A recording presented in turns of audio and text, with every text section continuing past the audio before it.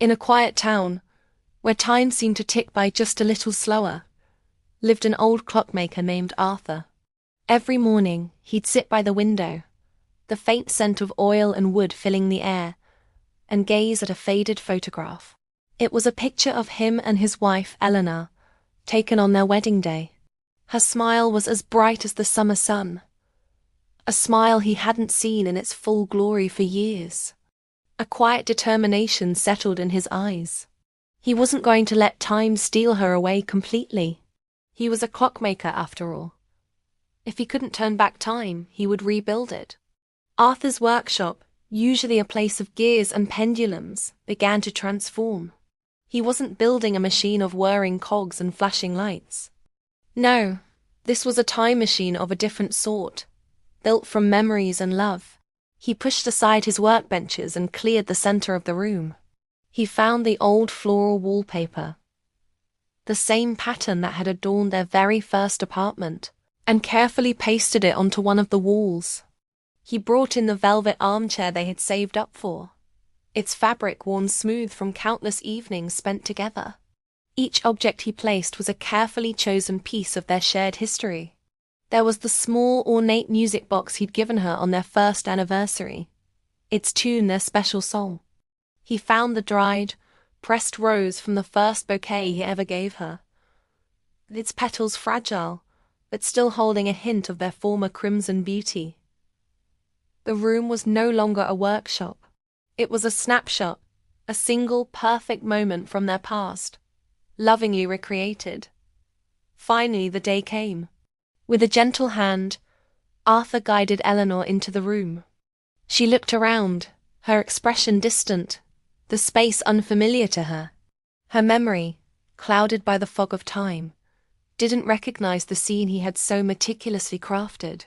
A flicker of doubt crossed Arthur's heart, but he pushed it away. He took a deep breath, walked over to the small table, and lifted the lid of the music box. The first few delicate notes of their song filled the quiet room. A faint, almost imperceptible change came over Eleanor.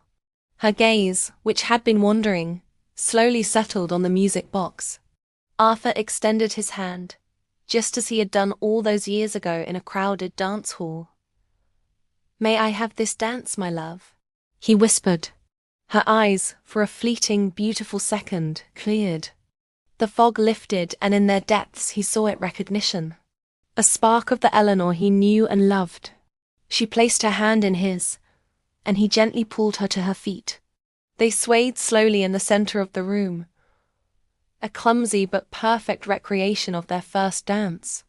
The steps were hesitant, but their hands were clasped tight, a familiar, comforting anchor. The dance ended, but the moment lingered. Arthur led Eleanor to the velvet armchair. On the wall opposite, a soft light flickered to life. A slideshow began, projecting images onto the floral wallpaper. There they were, young and carefree on a beach. There was the day their first child was born, Arthur's face a mix of terror and pure joy.